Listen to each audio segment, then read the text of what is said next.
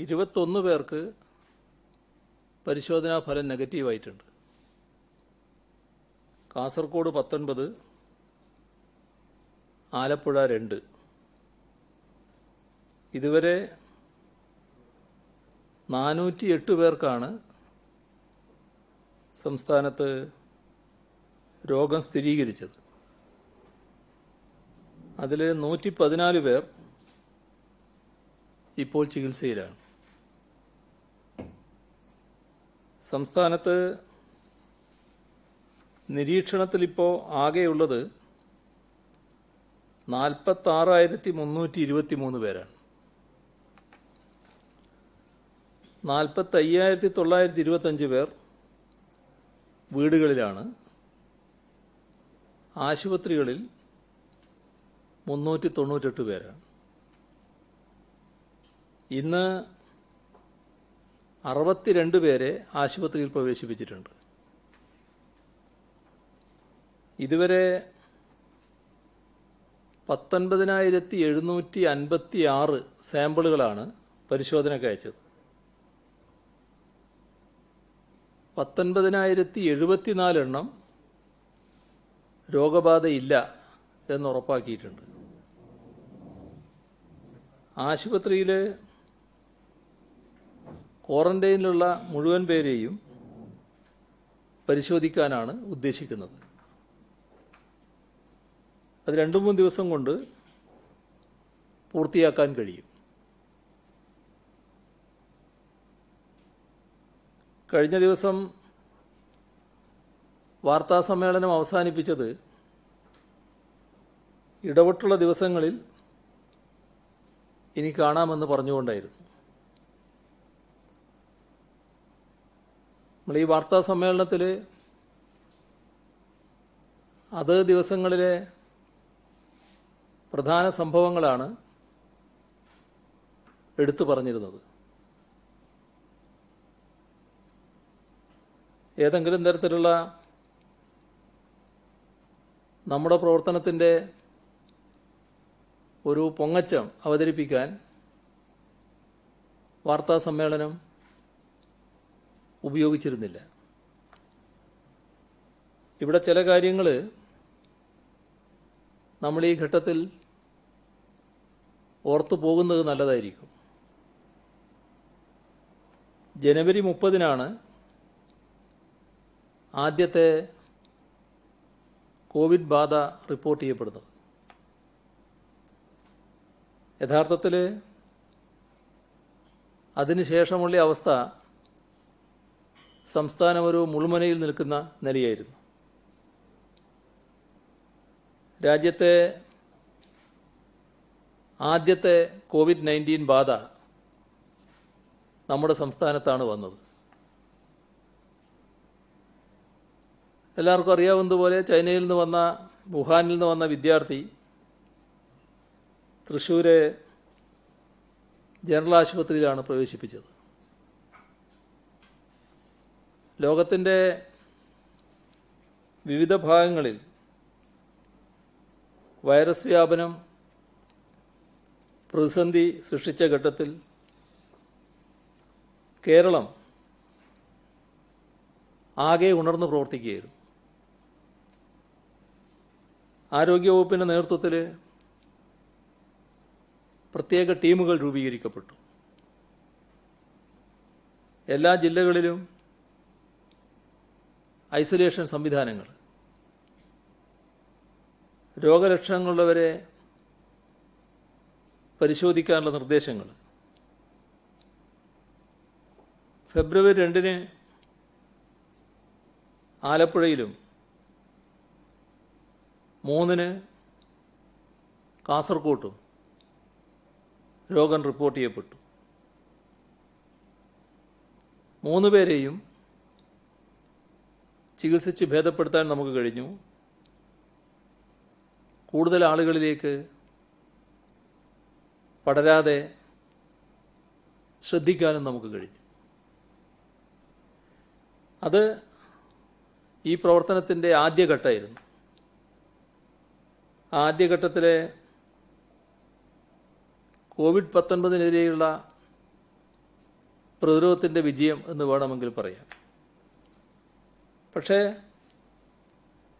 ഫെബ്രുവരി 19 സംസ്ഥാനത്ത് വീണ്ടും രോഗബാധ റിപ്പോർട്ട് ചെയ്തു.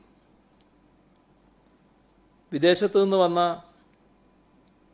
ഒരു കുടുംബത്തിലെ 5 പേർക്കാണ് രോഗബാധയുണ്ടായത്. എന്നാൽ അതിനു മുൻപ് തന്നെ സംസ്ഥാനത്തെ എല്ലാ വിമാനത്താവളങ്ങളിലും പരിശോധനാ സംവിധാനം ഏർപ്പെടുത്തിയിരുന്നു. യാത്രക്കാർക്ക് കൃത്യമായ നിർദ്ദേശങ്ങളും നൽകിയിരുന്നു. ഇതൊക്കെയായിട്ടും 5 പേർക്ക് രോഗബാധയുണ്ടായത് രണ്ടാം ഘട്ട വൈറസ് വ്യാപനത്തിൻ്റെ ഭീഷണിയാണ് നമുക്ക് മുന്നിൽ ഉയർത്തിയത്. സ്വാഭാവികമായും അതോടെ കൂടുതൽ സുരക്ഷാ ക്രമീകരണങ്ങൾ ഒരുക്കേണ്ടതായി വന്നു. സമ്പർക്കത്തിലേർപ്പെട്ടവർ, സഹയാത്രികർ, അവരെയെല്ലാം കണ്ടെത്തി പരിശോധനയ്ക്ക് വിധേയരാക്കി. ശാസ്ത്രീയമായ റൂട്ട് മാപ്പ് തയ്യാറാക്കി. വിമാനത്താവളങ്ങളിൽ പ്രാഥമിക പരിശോധന നിർബന്ധമാക്കി. വിമാനത്തിൽ വന്നിറങ്ങുന്നവരെ വീടുകളിലേക്കോ ആശുപത്രികളിലേക്കോ നിരീക്ഷണത്തിൽ കഴിയാൻ അയച്ചു. ചില നടപടികൾ ഈ ഘട്ടത്തിൽ സ്വീകരിക്കേണ്ടതായി വന്നു. സംസ്ഥാനത്തെ എല്ലാ വിദ്യാഭ്യാസ സ്ഥാപനങ്ങൾക്കും അവധി പ്രഖ്യാപിച്ചു. ആൾക്കൂട്ടങ്ങൾക്ക്, ഉത്സവങ്ങൾക്ക്, സാംസ്കാരിക രാഷ്ട്രീയ കൂടിച്ചേരലുകൾക്ക് എല്ലാം വിലക്കേർപ്പെടുത്തി. വിവാഹ പാർട്ടികൾ ഉൾപ്പെടെയുള്ള പൊതുവെ ആളുകൾ കൂടുന്ന എല്ലാ പരിപാടികളും ഒഴിവാക്കാൻ അഭ്യർത്ഥിച്ചു. പൊതുപരിപാടികളാകെ റദ്ദ് ചെയ്തു. സിനിമാ തിയേറ്ററുകൾ നിർത്തിവെച്ചു. ആരോഗ്യവകുപ്പും തദ്ദേശഭരണ സ്ഥാപനങ്ങളും ആശാവർക്കർമാരും സാമൂഹ്യ രാഷ്ട്രീയ പ്രസ്ഥാനങ്ങളുടെ പ്രവർത്തകരും സന്നദ്ധ സേവകരും സർക്കാർ സംവിധാനങ്ങളാകെയും ഒറ്റക്കെട്ടായി പ്രതിരോധത്തിന് രംഗത്തിറങ്ങി. ഒരു ഭേദചിന്തയുമില്ലാതെ ഒരു സംവിധാനമാകെ ഒറ്റ ലക്ഷ്യത്തിനു വേണ്ടി എണ്ണയിട്ട് യന്ത്രം പോലെ പ്രവർത്തിക്കുന്ന അനുഭവമുണ്ടായി. വ്യക്തി ശുചീകരണം, അണുമുക്തമാകാനുള്ള സാനിറ്റൈസറുകളുടെ ഉപയോഗം, ശാരീരിക അകലം പാലിക്കൽ തുടങ്ങിയവ കർക്കശമായി സംസ്ഥാനത്ത് നടപ്പാക്കി. ലോക്ക്ഡൗൺ രാജ്യവ്യാപകമായി പ്രഖ്യാപിക്കുന്നതിന് മുൻപ് തന്നെ കേരളത്തിൽ അടച്ചിടൽ പ്രഖ്യാപിച്ചു. മാസ്കുകളുടെ ഉപയോഗം വ്യാപകമാക്കി. കുറഞ്ഞ ചെലവിൽ സാനിറ്റൈസറും മാസ്കും ഉൽപ്പാദിപ്പിച്ച് ജനങ്ങളിലെത്തിക്കാൻ തുടങ്ങി. വീടുകളിലിരുന്ന് ജോലി ചെയ്യുന്നവർക്ക് ആവശ്യമായ വർദ്ധിച്ച ഇൻ്റർനെറ്റ് സംവിധാനം ഉറപ്പാക്കി. പെട്ടെന്ന് സ്തംഭിച്ചുപോയ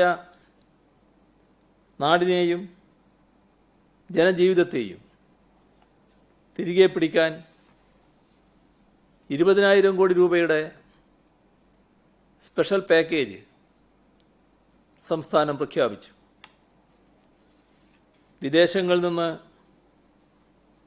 പ്രവാസികൾ തിരിച്ചെത്തുവാൻ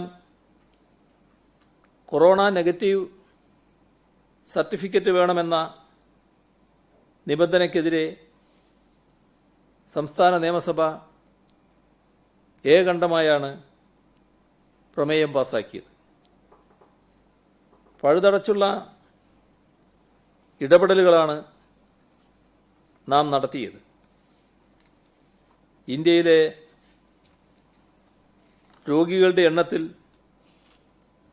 ഒന്നാമതായിരുന്നു നാം ആദ്യഘട്ടത്തിൽ, നമ്മുടെ സംസ്ഥാനം. ആദ്യം രോഗം റിപ്പോർട്ട് ചെയ്ത സംസ്ഥാനവും നമ്മുടേതാണ്. കേരളം കോവിഡിൻ്റെ നാട് എന്ന് പറഞ്ഞാണ് അയൽ സംസ്ഥാനം റോഡ് മണ്ണിട്ട് മൂടിയത്. ഫെബ്രുവരി 1 സംസ്ഥാനത്ത് നിരീക്ഷണത്തിലുണ്ടായിരുന്നവരുടെ എണ്ണം 1471. ആ ദിവസം ആശുപത്രിയിൽ പ്രവേശിപ്പിച്ചവരുടെ എണ്ണം 36. മാർച്ച് 26 നിരീക്ഷണത്തിൽ കഴിയുന്നവരുടെ എണ്ണം 1,00,000 കവിഞ്ഞു. കൃത്യമായി പറഞ്ഞാൽ 1,01,285. അത് ഏപ്രിൽ 4 ആകുമ്പോൾ 1,71,355 വരെ എത്തി. ഏപ്രിൽ 4 പുതുതായി ആശുപത്രിയിൽ പ്രവേശിപ്പിച്ചത് 174 പേരെയാണ്. അന്ന് ആശുപത്രിയിൽ 734 പേരുണ്ടായിരുന്നു. ആശുപത്രികളിൽ കിടക്കുന്നവരുടെ എണ്ണം ഏപ്രിൽ 11 814 ഉയർന്നു. ആ ദിവസം ആശുപത്രിയിലെത്തിയവർ 126 ഒരു ദിവസം. കൈവിട്ടു പോകും എന്ന് കരുതിയ അവസ്ഥ ഒരു ഘട്ടത്തിലുണ്ടായി. ഒരു രോഗി ഒറ്റയടിക്ക് രോഗം പകർന്നു നൽകിയത് 23 പേർക്കാണ്. അയാളിൽ നിന്ന് പകർന്നവരിലൂടെ 12 പേർക്കും രോഗബാധയുണ്ടായി. അതൊരു ലക്ഷണമായെടുത്താൽ ഒരുപക്ഷെ കേരളം ഭയാനകമായൊരവസ്ഥയിലേക്ക് പോകുമായിരുന്നു. ഓരോ രോഗിയെയും കണ്ടെത്തുകയും അവർ സഞ്ചരിച്ച വഴികളിലൂടെ ചെന്ന് പകരാൻ സാധ്യതയുള്ളവരെ തെരഞ്ഞു പിടിക്കുകയും ഐസൊലേഷനിൽ ആക്കുകയും ചെയ്തു. ഇപ്പോൾ നമുക്ക് ആശ്വസിക്കാനും അഭിമാനിക്കാനുമുള്ള വകയുണ്ട്.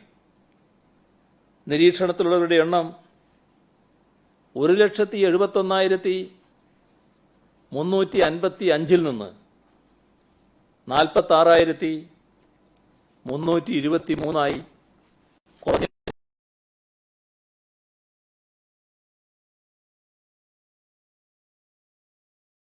ലോക ശരാശരി 5.75%. ഇന്ത്യയിലെ നില അത് 2.83%. കേരളത്തിലേത് 0.58%. ജനസംഖ്യാടിസ്ഥാനത്തിൽ ഏറ്റവും കൂടുതൽ COVID-19 പരിശോധനാ സംവിധാനമുള്ളത് നമ്മുടെ സംസ്ഥാനത്താണ്. കോവിഡ് ടെസ്റ്റിംഗ് കിയോസ്ക് രാജ്യത്താദ്യം സ്ഥാപിച്ചത് ഇവിടെയാണ്. രാജ്യത്ത് പ്ലാസ്മ തെറാപ്പി ആരംഭിക്കുന്നത് കേരളമാണ്. നമുക്കിപ്പോൾ 33 കോവിഡ് സ്പെഷ്യൽ ആശുപത്രികളുണ്ട്. 14 ജില്ലകളിൽ 38 കോവിഡ് സ്പെഷ്യൽ ആശുപത്രികൾ. കേരളമാണ് കോവിഡ് പശ്ചാത്തലത്തിൽ പകർച്ചവ്യാധി നിയമം നടപ്പാക്കിയ ആദ്യ സംസ്ഥാനം. സംസ്ഥാനത്ത് 1296 ആശുപത്രികളിലായി കോവിഡ് രോഗികളെ ചികിത്സിക്കുന്നതിന് 49,702 കിടക്കകൾ ഇപ്പോൾ സജ്ജമാക്കിയിട്ടുണ്ട്. ICUവിൽ 1369 രോഗികളെ ചികിത്സിക്കാം. 800 വെന്റിലേറ്ററുകൾ സർക്കാർ ആശുപത്രികളിൽ സജ്ജമാണ്. ഇതിനു പുറമെ 866 സ്വകാര്യ ആശുപത്രികളിലായി 81,904 ബെഡുകൾ ഒരുക്കിയിട്ടുണ്ട്. ഇവിടങ്ങളിലായി 6,059 ICU ബെഡുകളും 1,578 വെന്റിലേറ്ററുകളും സജ്ജമാണ്. ഏത് അടിയന്തര സാഹചര്യവും നേരിടാൻ ഇപ്പോൾ തന്നെ നാം തയ്യാറാണ് എന്നാണ് ഇത് സൂചിപ്പിക്കുന്നത്. 1205-ലധികം കമ്മ്യൂണിറ്റി കിച്ചണുകൾ സംസ്ഥാനത്ത് പ്രവർത്തിക്കുന്നുണ്ട്. അവിടങ്ങളിൽ നിന്ന് നിരീക്ഷണത്തിലുള്ളവർക്കും ആവശ്യക്കാർക്കും ആരും പട്ടിണി കിടക്കരുത് എന്ന നിർബന്ധത്തോടെ തന്നെ സൗജന്യമായും അല്ലാതെയും ഭക്ഷണം നൽകുന്നുണ്ട്. 331 കുടുംബശ്രീ ജനകീയ ഹോട്ടലുകളിലൂടെ 20 രൂപയ്ക്ക് ഉച്ചഭക്ഷണം വിതരണം ചെയ്യുന്നുണ്ട്. രാജ്യത്താകെ അതിഥി തൊഴിലാളികൾക്കായി 22,567 ക്യാമ്പുകളാണുള്ളത്. ഇതിൽ നമ്മുടെ സംസ്ഥാനത്ത് നോക്കിയാൽ ക്യാമ്പുകളുടെ എണ്ണം 1,19,902 ക്യാമ്പുകളാണ് എന്ന് കാണാൻ കഴിയും. സംസ്ഥാനം ഒഴികെയുള്ള ക്യാമ്പുകളുടെ എണ്ണമാണ് ഞാൻ ആദ്യം പറഞ്ഞത്. ഇവിടങ്ങളിൽ അതിഥി തൊഴിലാളികൾ സുരക്ഷിതരായി താമസിക്കുന്നു എന്നാണ് കാണാൻ നമുക്ക് സാധിക്കുക.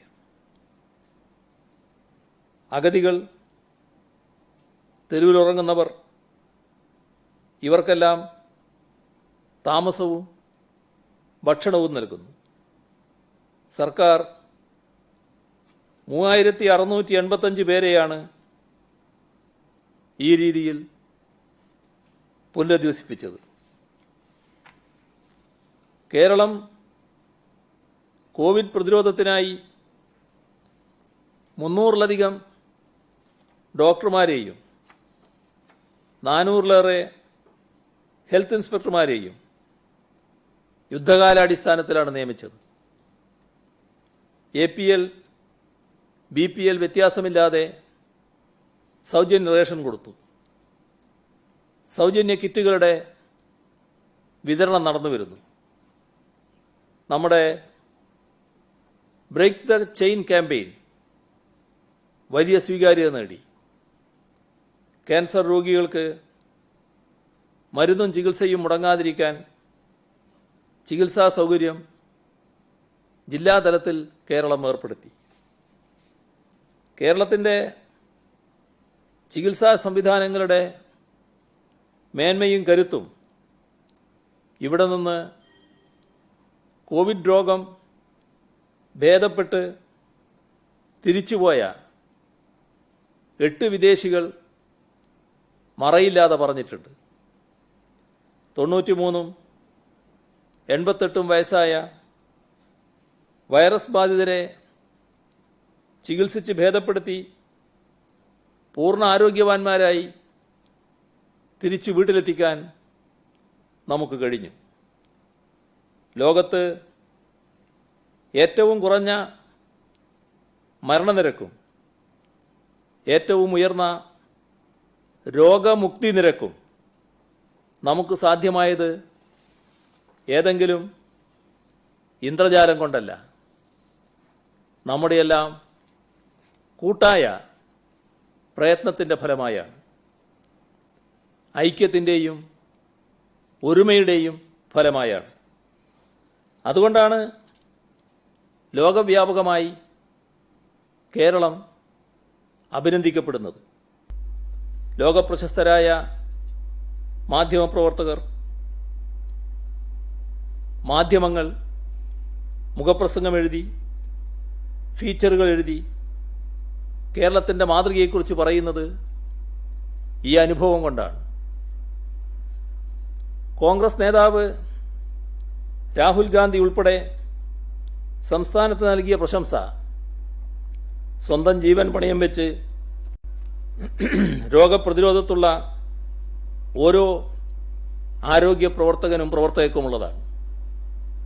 IC യൂണിറ്റിലെ രാപ്പകൽ പരിചരിക്കുന്നവരും ഭക്ഷ്യവസ്തുക്കൾ ലോറിയിൽ കയറ്റുന്നവരും ശുചീകരണ തൊഴിലാളികളും സന്നദ്ധ പ്രവർത്തകരും എല്ലാം അടങ്ങുന്ന കേരളത്തിൻ്റെ സേനയാണ് ഈ യുദ്ധമുഖത്തുള്ളത്. ഏത് പ്രതിസന്ധിയും മറികടക്കാൻ നമുക്ക് മറ്റൊന്നും തടസ്സമല്ല എന്നാണ് തെളിയിക്കപ്പെട്ടത്. അതിൻ്റെ ഫലമാണ് ഇപ്പോൾ നമുക്ക് ശ്വാസം വിടാമല്ലോ എന്ന തോന്നലിലേക്ക് നമ്മളെ എത്തിച്ചത്. എന്നാൽ ഇതങ്ങനെ ശ്വാസം വിടാനുള്ള സമയമല്ല എന്നതും ഇതോടൊപ്പം നാം തിരിച്ചറിയണം.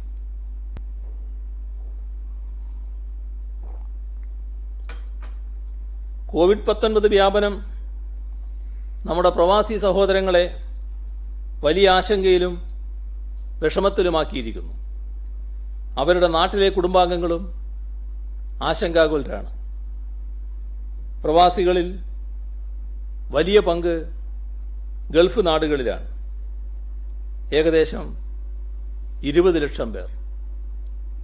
രോഗബാധയുണ്ടായി മലയാളി സഹോദരങ്ങൾ മരണപ്പെടുന്ന സ്ഥിതി കൂടി വന്നതോടെ ആശങ്ക വർദ്ധിക്കുന്നത് സ്വാഭാവികമാണ്.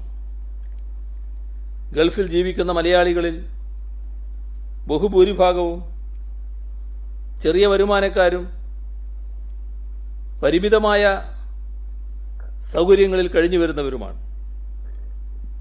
മഹാമാരി പറന്നു പിടിക്കുമ്പോൾ ഇത്തരക്കാരാണ് കൂടുതൽ പ്രയാസപ്പെടുന്നത്. ഇന്ത്യൻ എംബസികളുമായും മലയാളികളുടെ സംഘടനകളുമായും ബന്ധപ്പെട്ട് ഇവർക്ക് പരമാവധി സഹായവും പിന്തുണയും ലഭ്യമാക്കാനാണ് നോർക്കയിലൂടെ ശ്രമിക്കുന്നത്. വിവിധ കാരണങ്ങളാൽ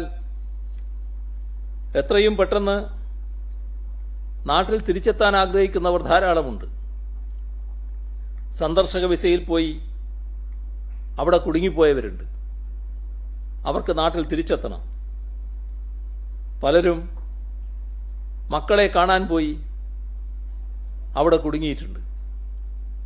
ചിലർ ബിസിനസ് ആവശ്യങ്ങൾക്ക്, ചിലർ അക്കാദമിക് ആവശ്യങ്ങൾക്ക് ചുരുങ്ങിയ കാലത്തെ വിസയിൽ പോയവരാണ്.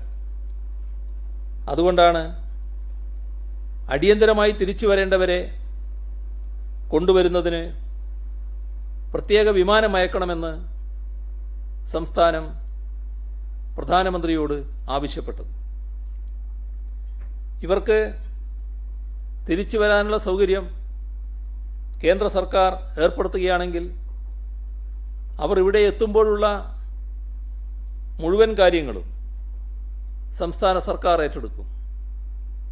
ആരോഗ്യ മന്ത്രാലയത്തിൻ്റെ പ്രോട്ടോകോൾ കർശനമായി പാലിച്ചുകൊണ്ട് മുഴുവൻ പേരെയും പരിശോധിക്കാനും വിമാനത്താവളത്തിന് സമീപം തന്നെ ക്വാറന്റൈൻ ചെയ്യാനും രോഗമുണ്ടെന്ന് സംശയിക്കുന്നവരെ ആശുപത്രിയിലേക്ക് മാറ്റാനുമാണ് തയ്യാറാവുക.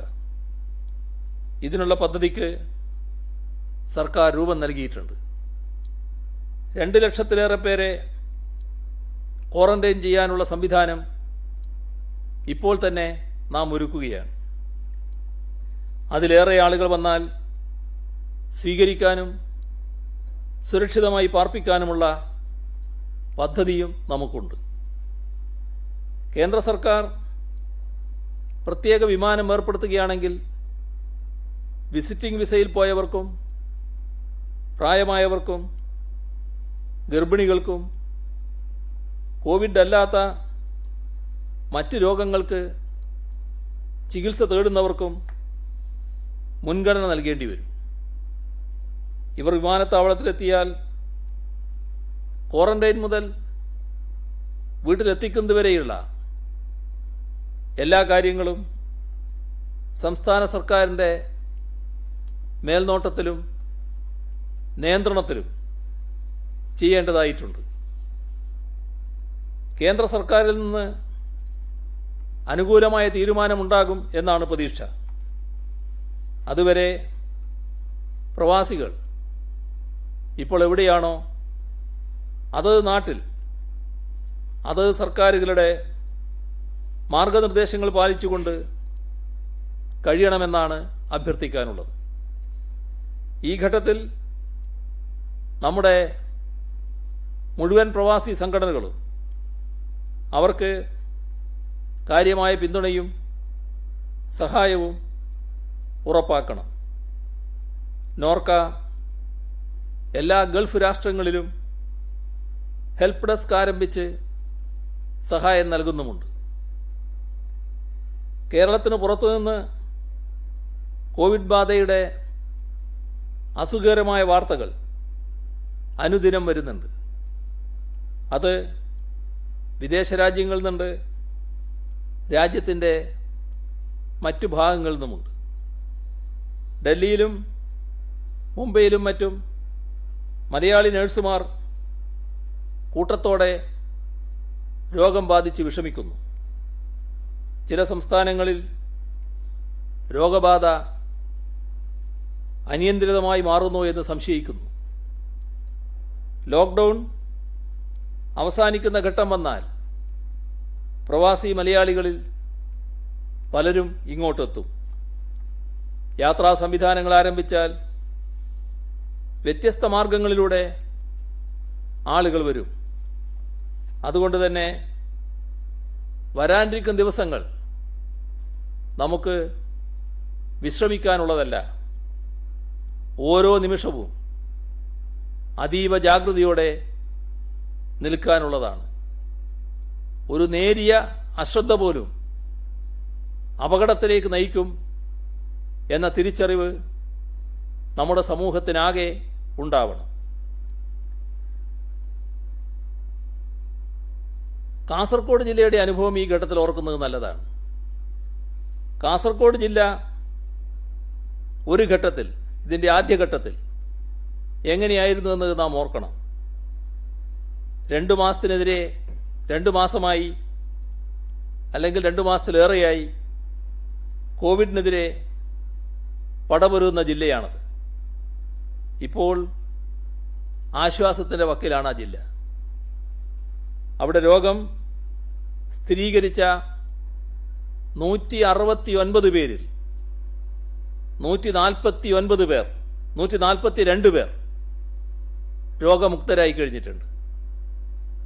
ഇപ്പോൾ ചികിത്സയിലുള്ള ആരുടെയും നില ഗുരുതരമല്ല.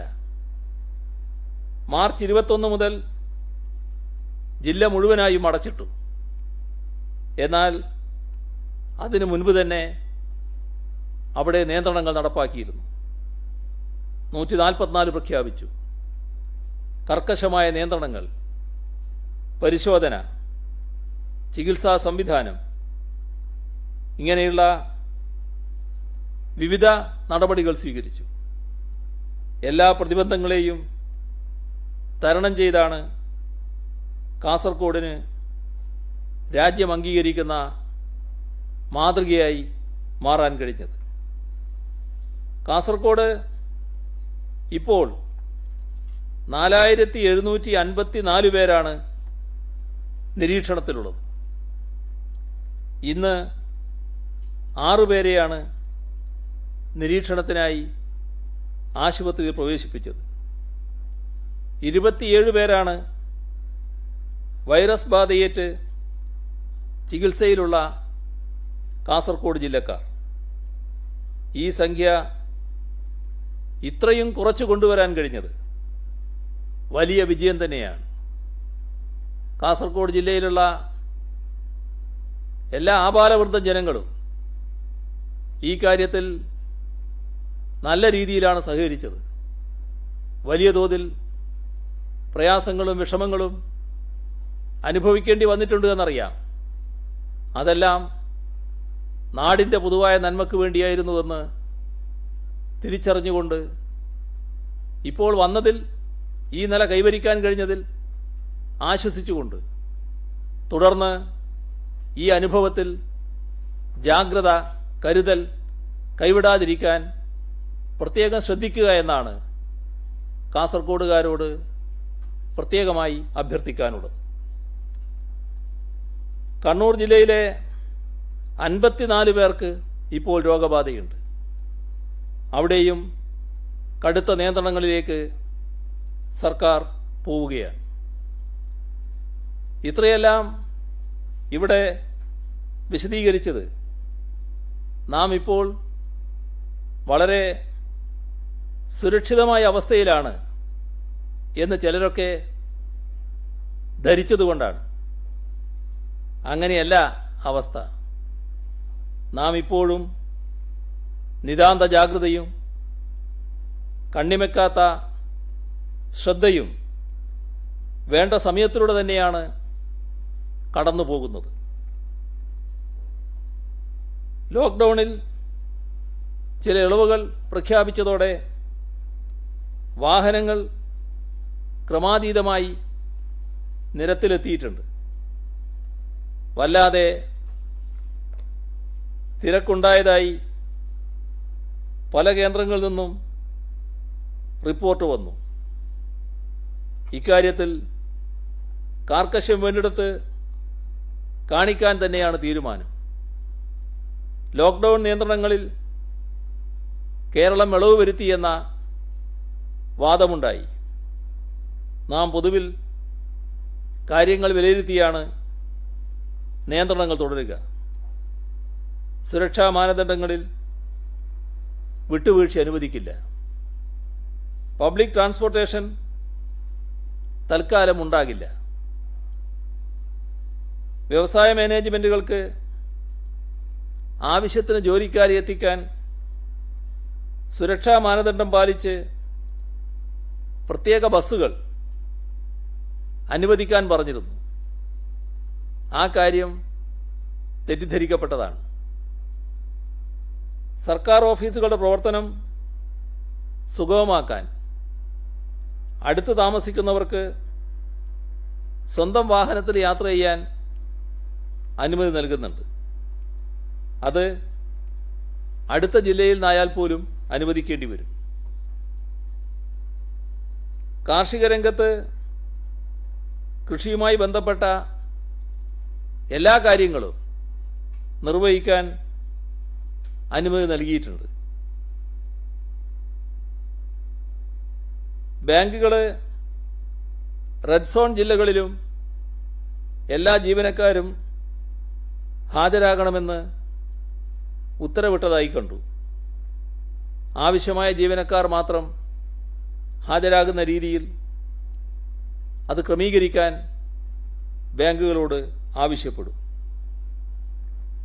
ലോക്ക്ഡൗണിനിടയിൽ പൊന്നാനി ഹാർബറിൽ ഒരു മാസമായി 3 തൊഴിലാളികൾ ബോട്ടിൽ കുടുങ്ങിക്കിടക്കുന്നു എന്ന ഒരു കാര്യം ശ്രദ്ധയിൽപ്പെട്ടു. അതിൽ ഇടപെട്ട് ബോട്ടിൽ കഴിയുന്ന നില ഒഴിവാക്കണമെന്ന നിർദ്ദേശം നൽകിയിട്ടുണ്ട്. ലോക്ക്ഡൗണിനെ തുടർന്ന് ഭിന്നശേഷിക്കാരായ 50 കുട്ടികളും അവരുടെ കുടുംബവും മൈസൂരുവിൽ കുടുങ്ങിക്കിടക്കുന്നുണ്ട്. സ്പീച്ച് ആൻഡ് ഹിയർ ഇൻസ്റ്റിറ്റ്യൂട്ടിൽ തുടർ ചികിത്സക്കെത്തിയവരാണവർ. അവരുടെ കാര്യം പ്രത്യേകം പരിഗണിക്കും. ഡൽഹിയിൽ കുടുങ്ങിയ മലയാളി വിദ്യാർത്ഥികൾക്ക് വീട്ടുടമകളുടെ ഭീഷണി എന്ന വാർത്ത ശ്രദ്ധയിൽപ്പെട്ടു. അത് സർക്കാർ ഗൗരവമായി എടുക്കുന്നു. ഡൽഹി സർക്കാരുമായി ബന്ധപ്പെട്ട് പരിഹാരമുണ്ടാക്കാൻ ശ്രമിക്കും.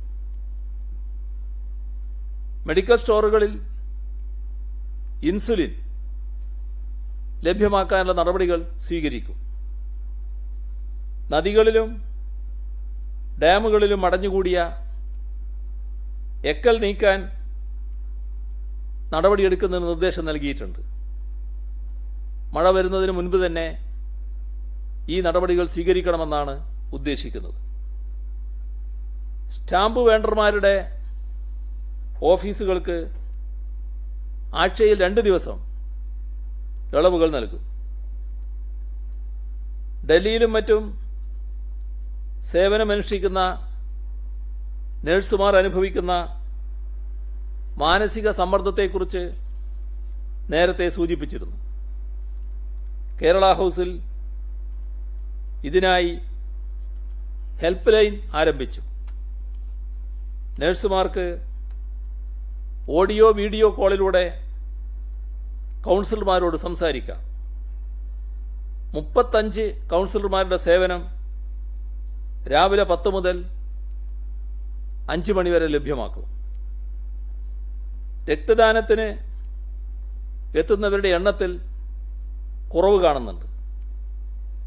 രക്തദാന ക്യാമ്പുകൾ നടത്താൻ പറ്റുന്നുമില്ല. NCC, NSS വളണ്ടിയർമാരെയും മറ്റ് സന്നദ്ധരാകുന്നവരെയും രക്തദാനത്തിന് ഉപയോഗിക്കും. ബ്ലഡ് ബാങ്കുകളിൽ ആവശ്യത്തിന് രക്തമെത്തിക്കാനുള്ള നടപടികൾ സ്വീകരിക്കും. സംസ്ഥാനത്തെ പട്ടികജാതി വിഭാഗങ്ങൾക്ക് വേണ്ട സൗകര്യങ്ങൾ ഒരുക്കിയിട്ടുണ്ട്. ഏതെങ്കിലും കോളനിയിൽ പ്രശ്നമുണ്ടെങ്കിൽ അത് പ്രത്യേകമായി തന്നെ പരിശോധിക്കും. കേരളത്തിന് പുറത്തുനിന്ന് ഇവിടേക്ക് കടന്നു വരാനുള്ള റോഡുകൾ അടച്ചിരിക്കുകയാണ്. പക്ഷേ മറ്റു പല വഴികളും ഊടുവഴികളും ഉണ്ടാകാം. അത്തരം വഴികൾ വാട്സാപ്പിലൂടെയും മറ്റും കൈമാറി ആളുകൾ വരുന്നു എന്ന വിവരമുണ്ട്. കഴിഞ്ഞ ദിവസം അത്തരത്തിൽ 4 പേർ എത്തിയ വിവരം കിട്ടി. ഇത്തരം കാട്ടുപാതകളും ഇടവഴികളും മറ്റും പരിശോധിച്ച് ആളുകളുടെ സംസ്ഥാനാന്തര യാത്ര തടയാനുള്ള സംവിധാനമുണ്ടാക്കും. പരിശോധനകളില്ലാതെ ഇങ്ങനെ ആര് വരുന്നതും അപകടകരമാണ്. വാഹന പരിശോധന ശക്തമായി തുടരാനാണ് തീരുമാനം. ഹോട്ട്സ്പോട്ടുകളിൽ കുറച്ചുകൂടി തീവ്രമാകും. ഈ ഘട്ടത്തിൽ ചരക്ക് ഗതാഗതം പ്രധാനമാണ്. അത് തടസ്സപ്പെടുത്തുന്ന ഒരു ഇടപെടലും അനുവദിക്കില്ല. കയറ്റിറക്കം സംബന്ധിച്ച തർക്കങ്ങളും ഇല്ലാതിരിക്കാൻ പ്രത്യേകം ശ്രദ്ധിക്കേണ്ടതാണ്. ആരാധനാലയങ്ങളിൽ ആൾക്കൂട്ടമുണ്ടാകാൻ പാടില്ല എന്ന് ആവർത്തിച്ച് പറയുകയാണ്. ഇത് കർക്കശമായി പാലിക്കാൻ എല്ലാ ആരാധനാലയങ്ങളും തയ്യാറായിട്ടുണ്ട്. അതിനെല്ലാവരെയും അഭിനന്ദിക്കുന്നതോടൊപ്പം തുടർന്നും അതേ നില സ്വീകരിക്കണമെന്ന് അഭ്യർത്ഥിക്കുകയാണ്. മത്സ്യലേലം സംബന്ധിച്ച തർക്കങ്ങൾക്ക് നിറം നൽകാനുള്ള ചില ശ്രമങ്ങൾ അത് ശ്രദ്ധിക്കേണ്ടതായിട്ടുണ്ട്. അപകടകരമായ അത്തരം രീതികൾ മുളയിലെ നുള്ളിക്കളയുന്ന രീതിയിൽ ഇടപെടാനാവണം. സംസ്ഥാനത്താകെ മത്സ്യലേലം സംബന്ധിച്ച് പൊതുവായൊരു നിലപാടെടുത്തിട്ടുണ്ട്. ആ പൊതു നിലപാടിൽ നിൽക്കാൻ എല്ലാവരും സന്നദ്ധരാകണമെന്ന അഭ്യർത്ഥനയാണ് പൊതുവെ മുന്നോട്ട് വെക്കാനുള്ളത്. ബാർബർ ഷാപ്പുകൾ ആഴ്ചയിൽ 1-2 ദിവസം തുറക്കുന്നതിന് ഉദ്ദേശിച്ചിരുന്നു. എന്നാൽ അതുമായി ബന്ധപ്പെട്ട്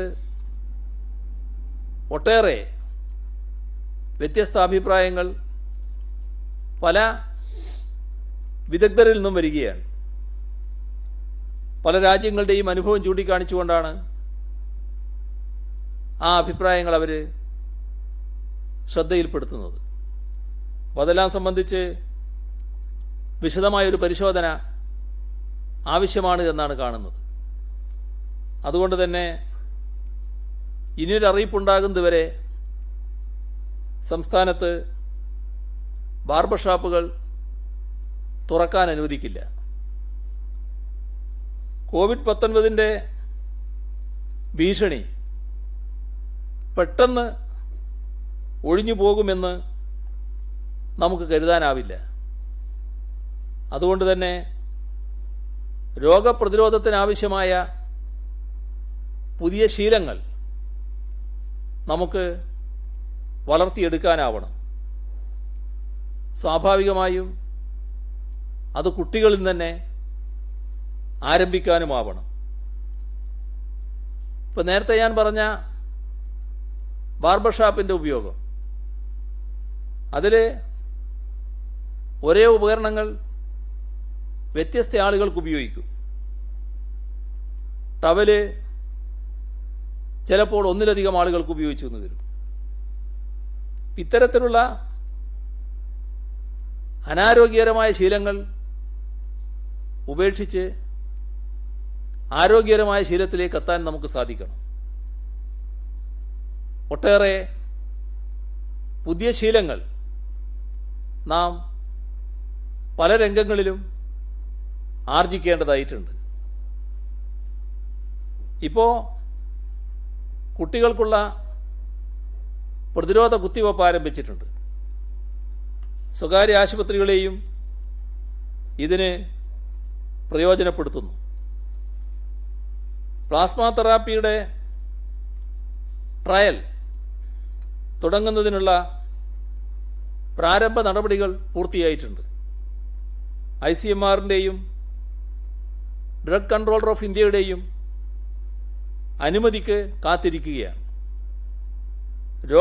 രോഗവിമുക്തി നേടിയവരുടെ രക്തത്തിൽ നിന്ന് വേർതിരിച്ചെടുക്കുന്ന പ്ലാസ്മയിൽ വൈറസിനെതിരെയുള്ള പ്രതിപദാർത്ഥങ്ങൾ, ആൻറ്റിബോഡി ഉണ്ടാകും. ഇത് നൽകി ചികിത്സ നടത്തുന്നത് രോഗം സുഖപ്പെടുത്താൻ സഹായകമാകും എന്ന ശാസ്ത്രീയ നിഗമനമാണ് പ്ലാസ്മ തെറാപ്പിയുടെ അടിസ്ഥാനം. സംസ്ഥാനത്തിന്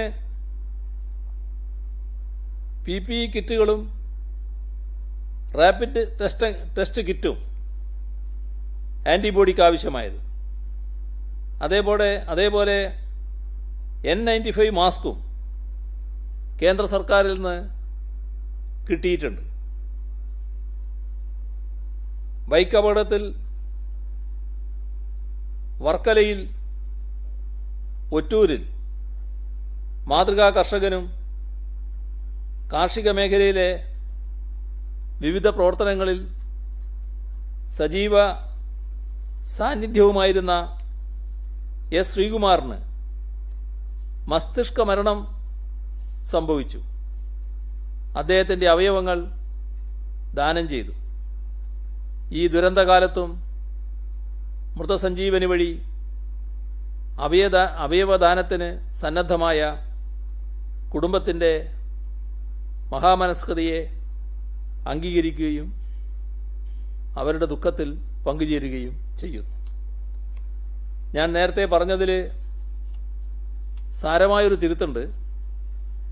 അതിഥി തൊഴിലാളികൾ കേരളത്തിൽ 3,52,515 പേരാണുള്ളത്. അവർക്കായുള്ള ക്യാമ്പുകൾ 19,902 ക്യാമ്പുകളാണ്. ഒരു സന്തോഷ വാർത്ത ഇതിനിടക്കുള്ളത്, നമ്മുടെ ഇൻസ്റ്റിറ്റ്യൂട്ട് ഓഫ് അഡ്വാൻസ്ഡ് വൈറോളജിക്ക് ഗ്ലോബൽ വൈറസ് നെറ്റ്വർക്കിൽ അംഗത്വം ലഭിച്ചിരിക്കുകയാണ് ഇന്ന്. കേരള ശാസ്ത്ര സാങ്കേതിക പരിസ്ഥിതി കൗൺസിലിൻ്റെ ലൈഫ് സയൻസ് പാർക്കിൽ പ്രവർത്തിക്കുന്ന സ്ഥാപനം ലോക വൈറോളജി നെറ്റ്വർക്കിൽ അംഗത്വം ലഭിക്കുന്ന ഇന്ത്യയിലെ ആദ്യത്തെ സ്ഥാപനമാണ്. ഇതുവഴി ലോക നെറ്റ്വർക്കിൻ്റെ 29 രാജ്യങ്ങളിലെ 45 കേന്ദ്രങ്ങളിലുള്ള ഗവേഷകരുമായി രോഗനിർണയം, ഗവേഷണം തുടങ്ങിയ കാര്യങ്ങളിൽ ആശയവിനിമയം നടത്താൻ കേരളത്തിന് അവസരം ലഭിക്കും. നേരിട്ട് അഭിനന്ദനം അറിയിച്ച ഒരു ഡോക്ടറെ, ഒരു സംഘത്തിൻ്റെ അഭിമാനകരമായ വിജയത്തെ നിങ്ങളിലൂടെ ഒന്നുകൂടി അഭിനന്ദിക്കേണ്ടതുണ്ട് എന്നാണ് തോന്നുന്നത്. അത് കോട്ടയം മെഡിക്കൽ കോളേജിൽ ഹൃദയശസ്ത്രക്രിയ വിജയപ്രദമായി നടത്തിയ ഡോക്ടർ ജയകുമാറിനും സംഘത്തിനുമുള്ള അഭിനന്ദനമാണ്. ഇവിടെ CMDRFിലേക്ക് വലിയ തോതിലുള്ള സഹായം വരുന്നുണ്ട്. അതിനു പുറമേയുള്ള സഹായവും നമ്മുടെ സംസ്ഥാനത്തിന് ലഭിച്ചുകൊണ്ടിരിക്കുന്നുണ്ട്. ഇപ്പോൾ Mahindra and Mahindra limited 2000 covid protection ഷീൽഡുകൾ സഹായമായി നൽകുമെന്ന് അറിയിച്ചിട്ടുണ്ട്. കേരളത്തിൻ്റെ കോവിഡ് പ്രതിരോധ പ്രവർത്തനങ്ങളെ മഹീന്ദ്ര ഗ്രൂപ്പ് ചെയർമാൻ ആനന്ദ് മഹീന്ദ്ര അഭിനന്ദിച്ചു. രാങ്കോ സിമൻസ് ലിമിറ്റഡ് കോവിഡ് പ്രതിരോധ പ്രവർത്തനങ്ങൾക്കായി മെഡിക്കൽ ഉപകരണങ്ങൾ സംഭാവന നൽകിയിട്ടുണ്ട്. 48,31,681 രൂപയുടെ ഉപകരണങ്ങളാണ് രാംകോ സിമൻസ് സംസ്ഥാനത്തിന് കൈമാറിയത്. കോവിഡ് ചികിത്സാ രംഗത്ത് പ്രവർത്തിക്കുന്ന ആരോഗ്യ പ്രവർത്തകർക്കായി 500 PPE കിറ്റുകൾ കൈമാറുമെന്ന് മാധ്യമം ദിനപത്രം CEO PM Salih, editor O Abdurahiman എന്നിവർ അറിയിച്ചിട്ടുണ്ട്. കോവിഡ് പ്രതിരോധത്തിന് സംസ്ഥാന സർക്കാർ നടത്തുന്ന പ്രവർത്തനങ്ങൾ അഭിനന്ദനാർഹമാണെന്നും സ്ഥാപനത്തിൻ്റെ പൂർണ്ണ പിന്തുണയും സഹകരണവും ഉണ്ടാകുമെന്നും അവർ അറിയിച്ചിട്ടുണ്ട്. ദുരിതാശ്വാസ നിധിയിൽ റിലയൻസ് ഇൻഡസ്ട്രീസും ഫൗണ്ടേഷനും 5 കോടി രൂപ സംഭാവനയായി നൽകിയിട്ടുണ്ട്. മുകേഷ് അംബാനിയും ഭാര്യ നീത അംബാനിയും ചേർന്നാണ് തുക കൈമാറിയത്. കോവിഡ് പ്രതിരോധത്തിൽ കേരളത്തിനൊപ്പമുണ്ടെന്ന് അവർ അറിയിക്കുകയും ചെയ്തു. സംസ്ഥാനത്തെ സഹകരണ സംഘങ്ങൾ 112,79,00,000 രൂപ, സഹകരണ വകുപ്പ് മുഖാന്തരം 94,71,00,000 രൂപ, നേരിട്ട് 18,08,00,000 രൂപ. കേരള സംസ്ഥാന വനിതാ വികസന കോർപ്പറേഷൻ 1 കോടി രൂപ, പെരിന്തൽമണ്ണ അർബൻ സഹകരണ ബാങ്ക് 87 ലക്ഷം രൂപ, പ്രവാസി വ്യവസായികൾക്ക് പ്രത്യേക പലിശരഹിത സ്വർണ്ണ വായ്പ അനുവദിക്കുന്നതിന് 100 കോടി രൂപ മാറ്റിവെക്കാനും ബാങ്ക് തീരുമാനിച്ചിട്ടുണ്ട്. നദ്വത്തുൽ മുജാഹിദീൻ പ്രസിഡന്റ് TP അബ്ദുൽ കോയ മദനി സംഘടനയുടെ കീഴിലുള്ള സ്ഥാപനങ്ങൾ ഐസൊലേഷൻ ആവശ്യങ്ങൾക്ക് വിട്ടു നൽകാമെന്ന് അറിയിച്ചിട്ടുണ്ട്. അദ്ദേഹം 20 ലക്ഷം രൂപ സംഭാവനയും നൽകി. നാടകപ്രവർത്തകരുടെ സംഘടന നാടക് 3.5 ലക്ഷം രൂപ. നാടകപ്രവർത്തകർ തന്നെ ഇപ്പോൾ വിഷമത്തിലാണ്. അതിനടക്കാണ് അവർ ഈ സംഭാവന നൽകാൻ തയ്യാറായിട്ടുള്ളത്. കേരള കർഷക സംഘം സംസ്ഥാന കമ്മിറ്റി 5 ലക്ഷം രൂപ. KMCC മുൻ പ്രസിഡന്റ് CPA ബാബഹാജി 10 ലക്ഷം രൂപ.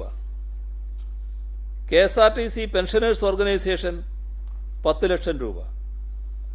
ഇത്തരത്തിലുള്ള സഹായങ്ങളും ഈ ഘട്ടത്തിൽ ലഭിച്ചിട്ടുണ്ട്. ഇത്രയുമാണ് ഇന്ന് പറയാനുള്ളത്.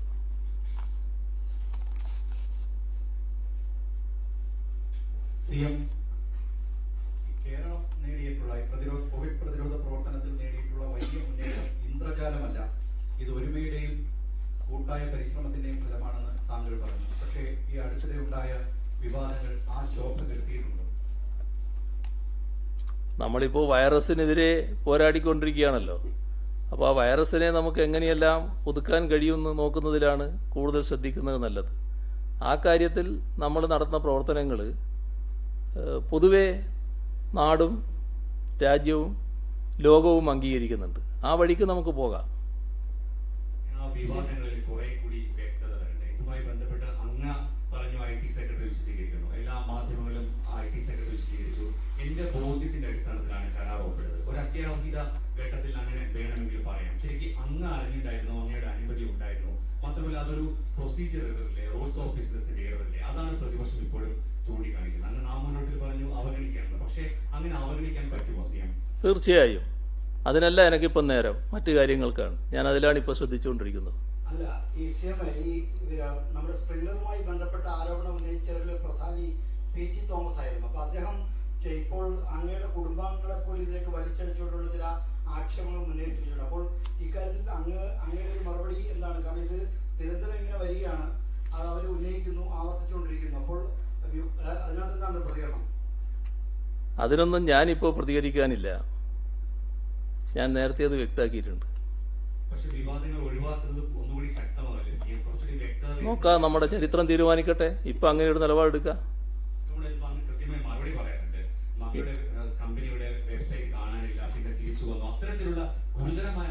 ഓ, ഭയങ്കര ഗുരുതരല്ലേ, ഭയങ്കര ഗുരുതരായത്. ഇതെല്ലാം എല്ലാവർക്കും മനസ്സിലാകും കേട്ടോ, ഇമാതിരിയുള്ള കാര്യങ്ങളുമായിട്ടൊക്കെ പുറപ്പെടുന്നത്. അതിനൊന്നും ഞാനിപ്പോൾ ഒന്നും പറയാൻ പോകുന്നില്ല. അതെന്തോ വലിയ ആനക്കാര്യമാണ് എന്ന മട്ടിൽ അവതരിപ്പിക്കാൻ നോക്കണ്ട. എല്ലാവർക്കും അത് മനസ്സിലാവും.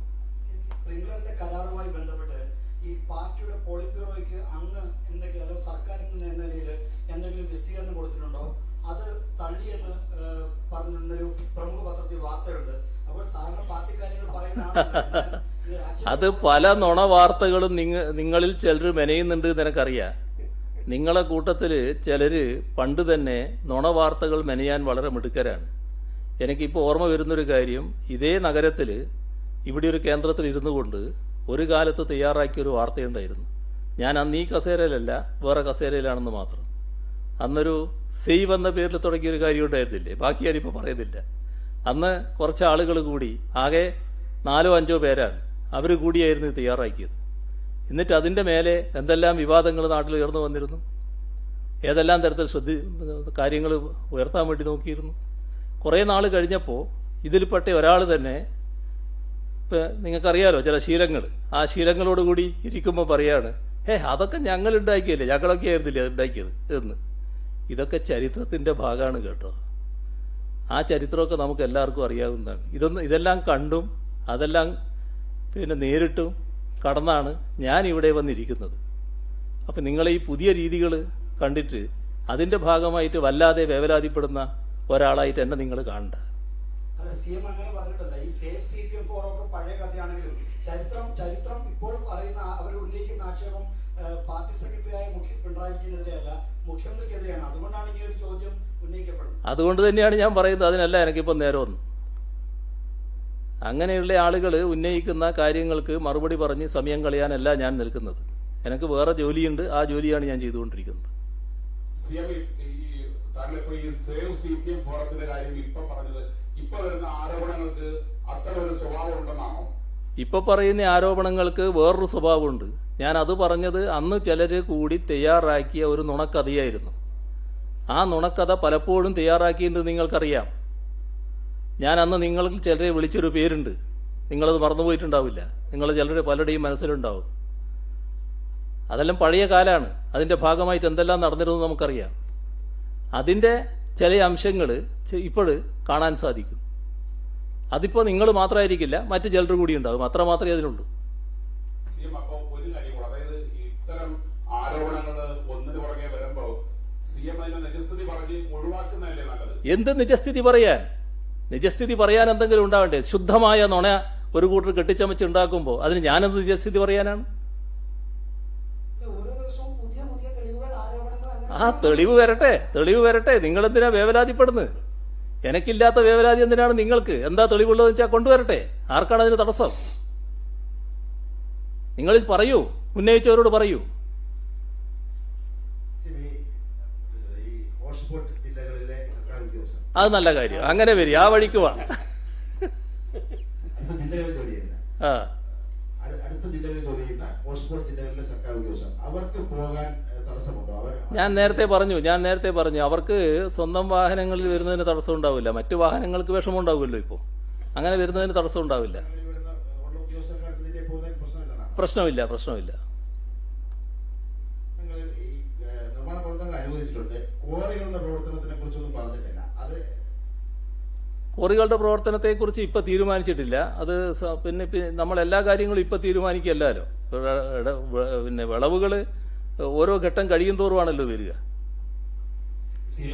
ഓറഞ്ച്, ബി, ഗ്രീൻ സോണുകളുള്ള ജില്ലകളില് റെസ്റ്റോറന്റുകളിൽ ഇരുന്ന് ഭക്ഷണം കഴിക്കാനുള്ള സൗകര്യം അത് നാളെ മുതൽ ഉണ്ടാകുമോ, അതിലെന്തെങ്കിലും മാറ്റം നമ്മൾ വരുത്തുന്നു? റെസ്റ്റോറൻറ്റുകൾ ഇപ്പോൾ അങ്ങനെ തുറന്ന് പ്രവർത്തിക്കുക എന്നുള്ളത് നമ്മൾ ഉദ്ദേശിക്കുന്നില്ല. റെസ്റ്റോറൻറ്റുകളിൽ നിന്ന് വീടുകളിലേക്കുള്ള ഭക്ഷണം കൊടുക്കലാണ് ഉദ്ദേശിക്കുന്നത്. അത് അവർക്ക് പിന്നെ എത്തിക്കുന്നതിനുള്ള സൗകര്യങ്ങൾ ഉണ്ടാക്കാം. അതാണ് ഇപ്പോൾ ഉദ്ദേശിക്കുന്നത്. നമ്മൾ ഈ പ്രഖ്യാപിച്ച ഇളവുകളുടെ കാര്യത്തിൽ കേന്ദ്രം എന്തെങ്കിലും വ്യത്യസ്ത അഭിപ്രായം പറഞ്ഞിട്ടുണ്ടോ? കാരണം ഇന്ന് അത്തരത്തിൽ വാർത്തകളുണ്ട്. ചീഫ് സെക്രട്ടറി അതിനെപ്പറ്റി ചില അഭിപ്രായങ്ങൾ പറഞ്ഞെങ്കിൽ പോലും നമ്മളിവിടെ ഈ പ്രഖ്യാപിച്ച ഇളവുകൾ പൊതുമാനദണ്ഡത്തിൽ നിന്നുള്ള വ്യതിചലനമാണ് എന്ന തരത്തിലാണ് അവിടെ ആഭ്യന്തര സെക്രട്ടറിയെ മറ്റും ഉദ്ധരിച്ചു വരുന്ന വാർത്തകൾ. അതിന്റെ ചില റിലീസുകൾ പൊതുവായിട്ട് ഇന്ന് വീണ്ടും ചീഫ് സെക്രട്ടറിമാർക്ക് അയച്ചു കൊടുക്കുന്നു പറയുന്നു. കേന്ദ്ര ഗവൺമെന്റും സംസ്ഥാന ഗവൺമെന്റും തമ്മിൽ ഒരു സംഘർഷവും ഇല്ല. കേന്ദ്ര ഗവൺമെന്റിന്റെ പൊതുവായ മാനദണ്ഡങ്ങൾക്ക് അനുസൃതമായാണ് കാര്യങ്ങൾ ഇവിടെ നടത്തുക എന്ന് നേരത്തെ തന്നെ ഞാൻ വ്യക്തമാക്കിയിട്ടുണ്ട്. അതുമായി ബന്ധപ്പെട്ട് ചില കാര്യങ്ങളിൽ കേന്ദ്ര ഗവൺമെന്റിന്റെ കൂടി അനുമതി വാങ്ങിക്കൊണ്ടും നടപ്പാക്കുമെന്ന് പറഞ്ഞിട്ടുണ്ട്. ചിലതിൽ ചില വ്യത്യാസങ്ങൾ കാണും. ആ വ്യത്യാസങ്ങൾ നമ്മുടെ നാടിന്റെ സാഹചര്യത്തിനനുസരിച്ച് ഇവിടെ നടപ്പാക്കാൻ പറ്റുന്നതാണ് എന്നാണ് നമ്മൾ കാണുന്നത്. ഇപ്പം നേരത്തെ പറഞ്ഞ അവരുന്നയിച്ച റെഡ് സോണുകളുടെ റെഡ് സോണിൽപ്പെട്ട ജില്ലകളെല്ലാവരും ഇപ്പം നമ്മൾ പറഞ്ഞത് അത് ഇവിടുത്തെ അനുഭവത്തിന്റെ അടിസ്ഥാനം. അതൊരു സംഘർഷമോ മറ്റ് തർക്കങ്ങളോ ഉണ്ടാകുന്ന കാര്യമല്ല. സ്വാഭാവികമായിട്ടും കേന്ദ്രത്തിനത് മനസ്സിലാവും. അതിന്റെ ഭാഗമായിട്ട് അത് അംഗീകരിക്കുകയാണ്. ഒരു തർക്കവും ആ കാര്യത്തിലില്ല. സംഘർഷത്തിനൊരു സാധ്യതയില്ല. കഴിഞ്ഞ ദിവസം അഴീക്കോട് MLA KM ഷാജിക്കെതിരെ ഒരു വിജിലൻസ് കേസ് എടുക്കാൻ വേണ്ടി സർക്കാർ അനുമതി നൽകിയിരുന്നു. മുഖ്യമന്ത്രിയുടെ ദുരിതാശ്വാസ നിധിയുമായി ബന്ധപ്പെട്ട ചില വിമർശനങ്ങൾ ഷാജി ഉന്നയിച്ചതിന് ശേഷമാണ് ഇത്തരത്തിൽ കേസ് വന്നത് എന്ന് UDF രാഷ്ട്രീയമായി ആരോപിക്കുന്നത്. അതൊക്കെ അതിന്റെ തീയതികൾ നോക്കിയാൽ കാണുമല്ലോ. ആ കേസ് വന്നിട്ട് നാളെ എത്രയോ ആയി. ഏതോ കാലത്ത് വന്നതാണ്. ആദ്യം അതിന് വേണ്ടിയിരുന്നത് സ്പീക്കറുടെ അനുമതിയായിരുന്നു. സ്പീക്കറിൽ നിന്ന് അനുമതി അവർ എത്രയോ മാസങ്ങൾക്ക് മുൻപ് തന്നെ വാങ്ങി. അതിനുശേഷമാണ് മറ്റു അനുമതിയോടുകൂടി അവർ അതിന്റെ നടപടികൾ ആരംഭിച്ചിട്ടുള്ളത്. സ്പ്രിംഗ്ലറുമായി ബന്ധപ്പെട്ട ആരോപണങ്ങൾ തെളിവുണ്ടെങ്കിൽ അവർ കോടതി പോട്ടെ എന്നാണോ സർക്കാരിന്റെ? അത് അവർക്ക് ഞാൻ ഉപദേശിച്ചു കൊടുക്കേണ്ട കാര്യമില്ലല്ലോ.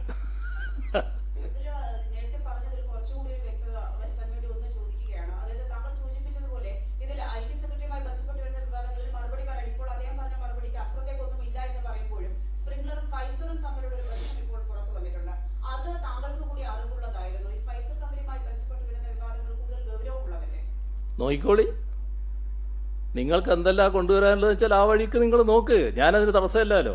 അതെല്ലാം നിങ്ങൾ നോക്കണം.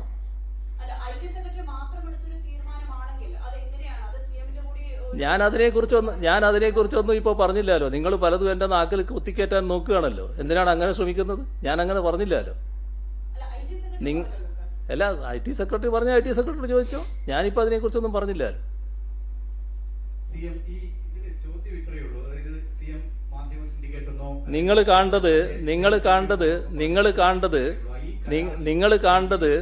നിങ്ങൾ നേരായ വഴിക്ക് ചിന്തിക്കാൻ ശ്രമിക്കണം. നിങ്ങൾ കേരളത്തിലെ ഉത്തരവാദപ്പെട്ട മാധ്യമ പ്രവർത്തകരാണ്. ഞാനിവിടെ 45-50 മിനിറ്റോളം എടുത്ത് കേരളത്തിലെ പൊതുവായ പ്രശ്നങ്ങളാണ് പറഞ്ഞത്. നിങ്ങൾക്കത് വേറെ വഴിക്ക് തിരിച്ചുവിടാനാണ് ശ്രദ്ധ. എനിക്കതിനല്ല താല്പര്യം. നിങ്ങളെല്ലാവരെയും കുറിച്ചല്ല ഞാൻ പറയുന്നത്, നിങ്ങൾ ചിലർക്ക് ആ വഴിക്കല്ല നിങ്ങൾ സഞ്ചരിക്കേണ്ടത്. നിങ്ങൾ ആദ്യം തന്നെ ആ വഴിക്കാണ് പോയത്. പക്ഷേ പിന്നെ നിങ്ങൾ നേരായ വഴിക്ക് വന്നു. പിന്നെ വീണ്ടും നിങ്ങൾ പഴയ നിലയിലേക്ക് പോകാനാണ് നോക്കുന്നത്. നമുക്കിത് 7 മണിക്ക് അവസാനിപ്പിക്കണം. ഇനി നിങ്ങളെ ചോദ്യം തടയാൻ വേണ്ടി അവസാനിപ്പിക്കുകയാണെന്ന് കരുതണ്ട. ഇപ്പോൾ 7 മണിയായി. ഇപ്പോൾ അവസാനിപ്പിക്കാം. നാളെ നമുക്ക് കാണാം. ശരി.